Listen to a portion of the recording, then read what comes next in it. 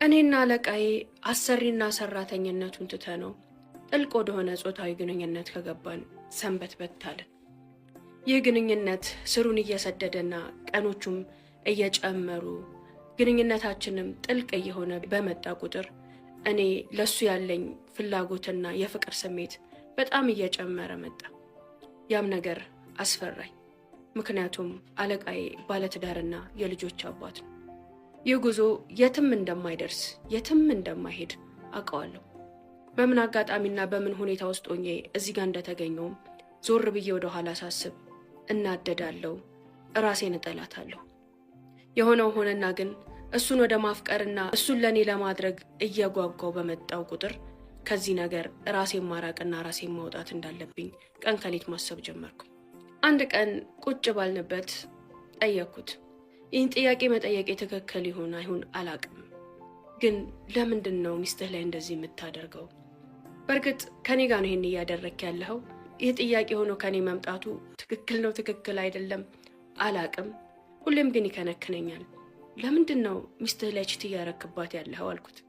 ጸጥ ብሎኝ ከቆየ በኋላ ከሚስቴ ጋር አልጋ ከለየው ከ3 ዓመት በላይ ሆኖኛል አለኝ። ለምን? ምን ተፈጠረ አልኩት። አሁንም በቀላሉ ቢመልሰው ጥያቄ አልሆነለትም። ረዥም ዝምታ ሰፈነ። ያኔ ምናልባት እኔ በግምት ላግዘውና አው ይሄ ጉዳይ ነው ይለኛል ብዬ ምን ሚስትህ ታማሚ ናት ወይ እሷ ካንተ ጋር መተኛት አትፈልግም ወይስ በመካከላችሁ ጸብና ለመግባባት አለ? 3 ዓመት ሙሉ ባለትዳር ሆነ አልጋ ለይተህ መተኛት አይከብድም አልኩት። በረዥሙ ከተነፈሰ በኋላ ይከብዳል፣ በጣም ነው የሚከብደው፣ ነገር ግን ሚስቴ ንጽህናዋን አትጠብቅም አለኝ። ምን አልኩት። በጣም ደነገጥኩ። በፍጹም ከግምቴም ከሐሳቤም ውጭ የሆነ መልስ ነበር። እንዴት አልኩት።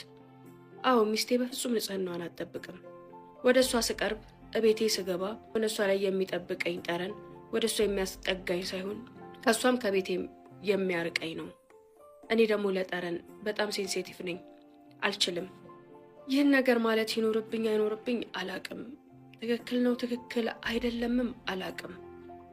እውነት ለመናገር ለማንም ነግሬው ለማንም ተንፍሼው አላቅም። ራሴ ጋር የነበረ ነገር ነው። ይኸው ዛሬ ላንቺ ነው የምነግርሽ፣ ምክንያቱም ትክክለኛውን ነገር መናገር ስላለብኝ። ከሚስቴ ያራቀኝና አልጋ ያስለየኝ ብቸኛ ነገር ጠረኗ ነው አለኝ። አልነገርካትም? አላዋራሃትም? ማለት ሚስትህ ናት፣ የቅርብህ ናት። በውሃና በሳሙና የሚስተካከል ነገር ነው። አልጋ እስክትለይ ቺት እስክታረግ ድረስ የደረሰን ነገር እንዴት ልትነግራትና በውይይት ልትፈተው አልቻልክም አልኩት።